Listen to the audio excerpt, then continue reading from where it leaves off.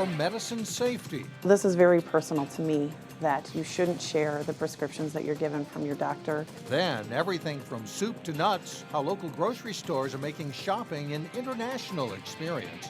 But first, hometown help, how a Brooklyn Center soldier receives a new lease on life. 12 News starts right now. Marco Solt has a long road ahead after losing both of his legs to a roadside bomb in Afghanistan. But what the Brooklyn Center soldier does have is a new lease on life. Delane Cleveland shows us an experience in Brooklyn Park that he never expected. It's nice.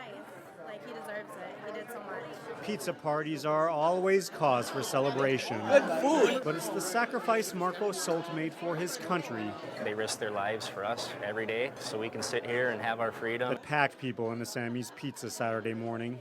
Well, I've had a lot of friends and family in the military and overseas, and kind of always wanted to do something for the troops. For owner Joe Perella, that something is this fundraiser for his former employee who was overwhelmed by the turnout. It's unreal, you know, I mean, you got people that I've known my whole life, you got people I've known for short periods of time, like, you know, and there's people I've never met before, but they're all coming out to support. This past May, Marco lost both legs in Afghanistan when a roadside bomb detonated while he was out looking for IEDs. Saturday's event provided a fresh start. When you're in Afghanistan, you kind of feel like you're alone, you know, you kind of only got you and your battle buddy, but seeing this, it's just, you know, people care. One person who's lending that support is Aaron Holm from Wiggle Your Toes. The organization helps people who've lost their limbs, and Wiggle Your Toes also helped organize this fundraiser. It's going to be a fresh start for him. He's going to come home. He's going to need a job. He wants to go to school, get an education.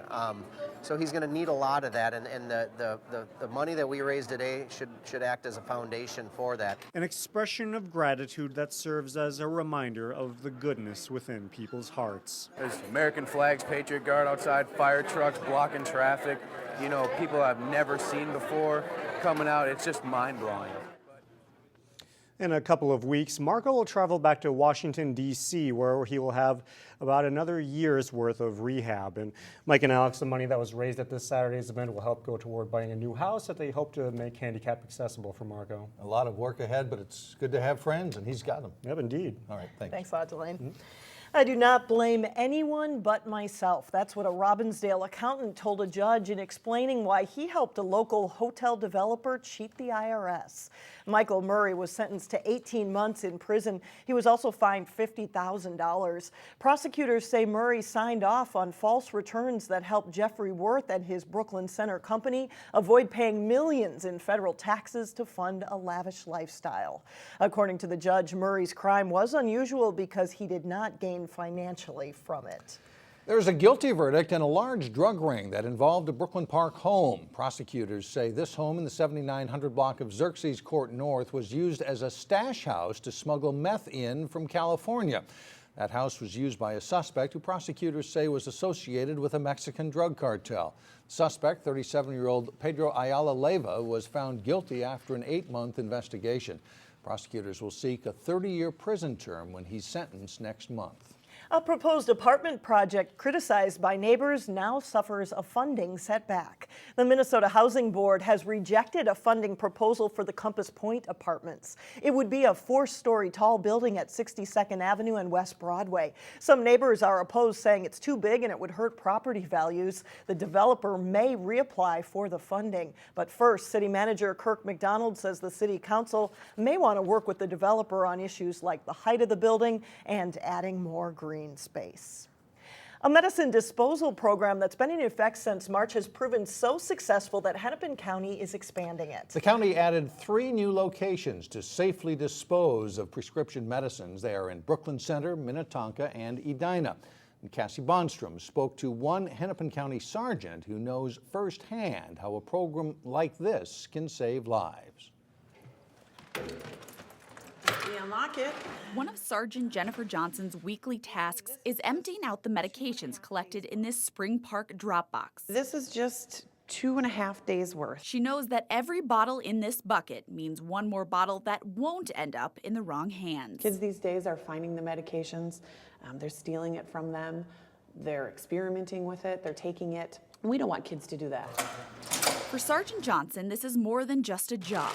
It's a personal crusade to prevent another tragedy like she experienced. This was a good kid who he and his buddies experimented and thought it would be funny, thought it would be a good experience, and unfortunately, that's not how it ended up for him or my family. Her 19-year-old nephew Luke died 3 years ago after mixing alcohol with someone else's prescription medicine. And unfortunately, he went to sleep and never woke up. So this is very personal to me, that you shouldn't share the prescriptions that you're given from your doctor. That message seems to resonate with many in the community. Mirtazapine. In the first 5 months of the program, Hennepin County collected more than 2,000 pounds of medicine. And now with 6 drop box locations, officials hope to collect even more. We need to fill the need for the people, that there just is that much medication out there that needs to be gotten rid of in the proper way. And though it will never bring back her beloved nephew, Sergeant Johnson hopes it may spare another family the grief and sadness she knows all too well. It's not just prescription medicine that's allowed. They'll even accept over-the-counter medicine and even pet medication. All they ask is that you bring the medicine in its original container. If you'd like a full list of those Dropbox locations, visit our website at 12.tv. All right, thank you. Still ahead, foods you may not recognize. We'll show you how some local grocery stores now have a little extra ethnic flair.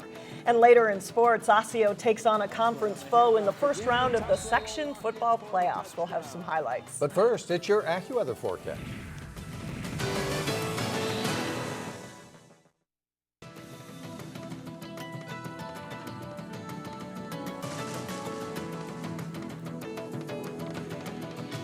It's no secret the West African population has grown tremendously in Minnesota over the past decade. Immigrants from Liberia, Ghana, and Nigeria are finding a home in communities like Brooklyn Park and Brooklyn Center. In today's Business Matters report, we visit one Brooklyn Park company that's supporting this population boom by offering familiar foods.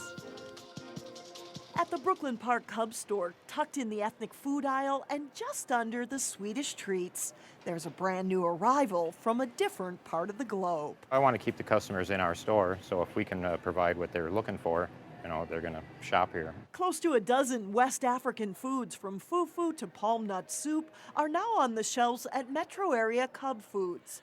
And that's a major achievement for this small Brooklyn Park business. Global African Food basically is the provider of African food to the main grocery stores. That's the aim of this company. Originally from Liberia himself, Majority of people in West Africa eat this product.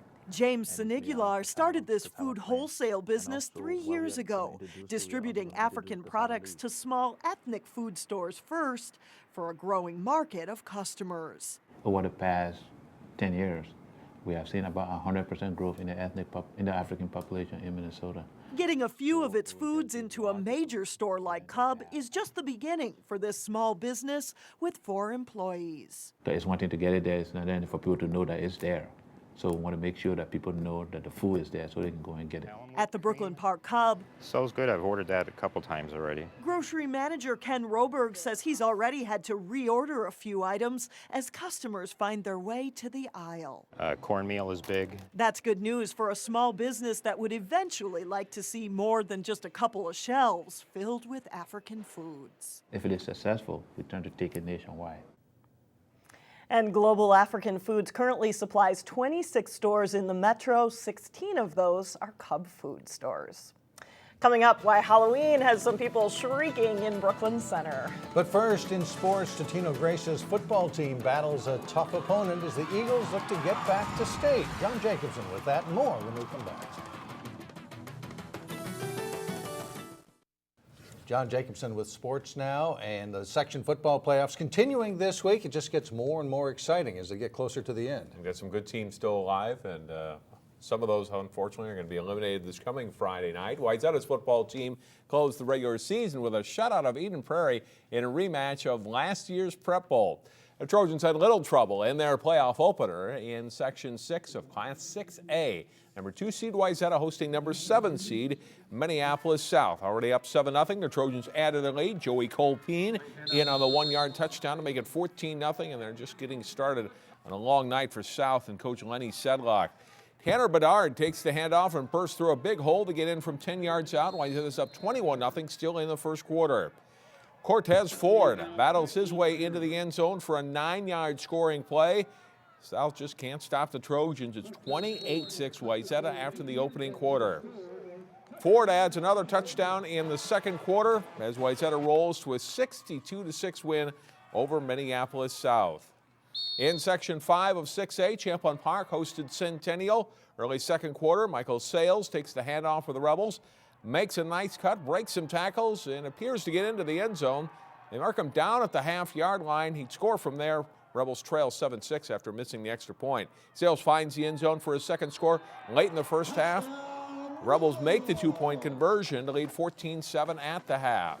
Third quarter, and watch the run by Sales as he gets into the open. And the senior is off to the races. Down the sideline, he'll be forced to cut back to the middle of the field. And that gives the Cougars a chance to catch up to him. Still, it's an 80-yard run for Sales. He would score another touchdown on that drive to put his team up 21-7. After a Cougar score to make it 21-14, quarterback Trevor Garrison dives in for a score. Champlin Park wins a high-scoring game, 35-27 over Centennial. They're at Wayzata Friday. Top seed Maple Grove had no trouble with 8th seed Coon Rapids in Section 5. The Crimson win at 39-14 behind a big ground game from Jack Wallach. The Crimson host Minnetonka on Friday.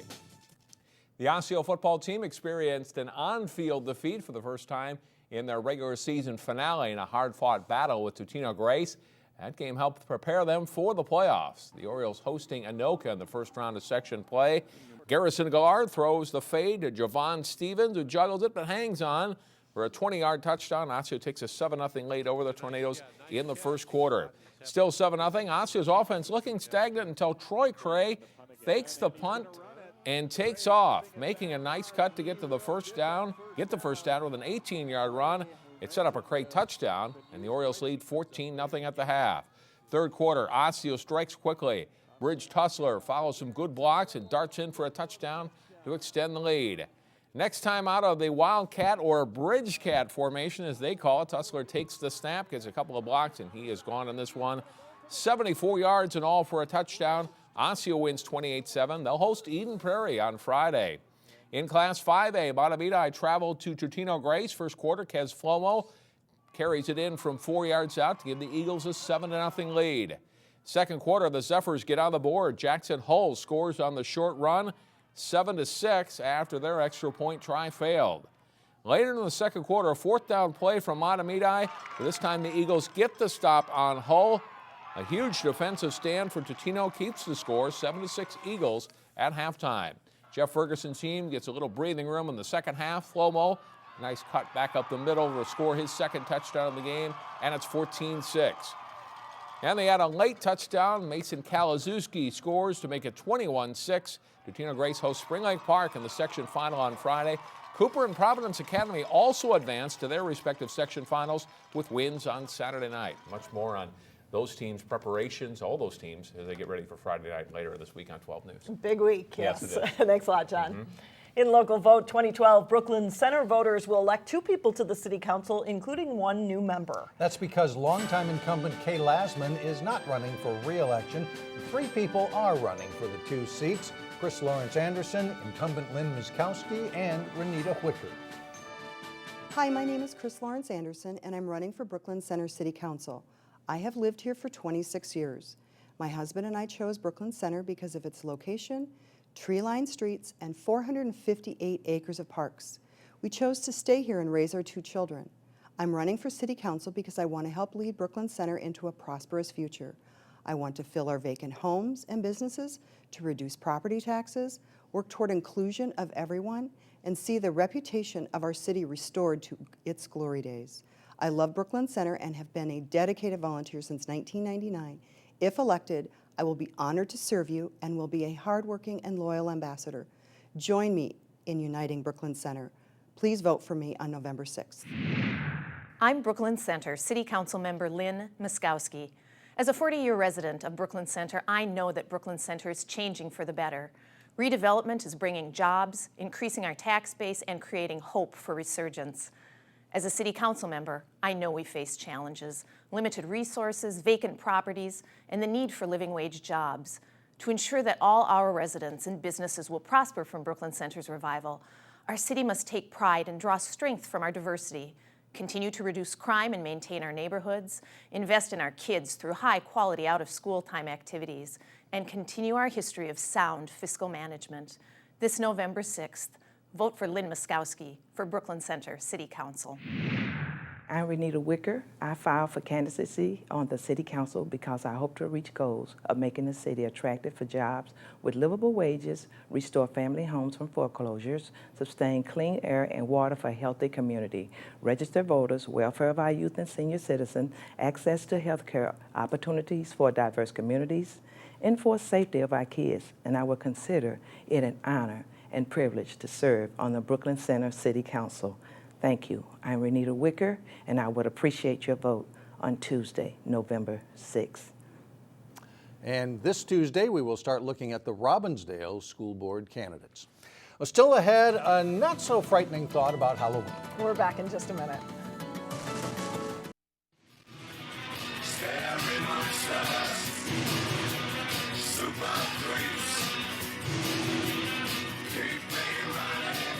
And finally, Halloween doesn't have to be so scary, especially when it comes to your pocketbook. The Boo Crew at Arcs Value Village in Brooklyn Center was busy restocking today after an extremely busy weekend. Arc's 4 Twin Cities stores brought in close to $200,000. Profits at Arc help people with developmental disabilities. The neat thing about the Value Village Halloween costume is it's recycling. It's reusing things, it's repurposing things. Your costume is going to be original. It's one of a kind. These are items that we have saved throughout the year. So we're thinking Halloween all the time here at Value Village. And everything's half off now, but the busy season is really just beginning. By Friday, Arc's workers will have the theme switched over from boutique to Thriftmas. There's a scary thought all by itself. So how much are we spending this Halloween? The National Retail Federation says the average person will spend about $80 for things like decorations, the candy, the costumes. And at Arc, I mean, people have been going in and putting together their own costumes from all sorts of different things. And you can do it for not a whole lot of money either. That's right. And I guess it was just a busy, crazy weekend for that. I believe that. That'll do it. That's it for now. Thanks for joining us, everyone. Community Corner is coming up next.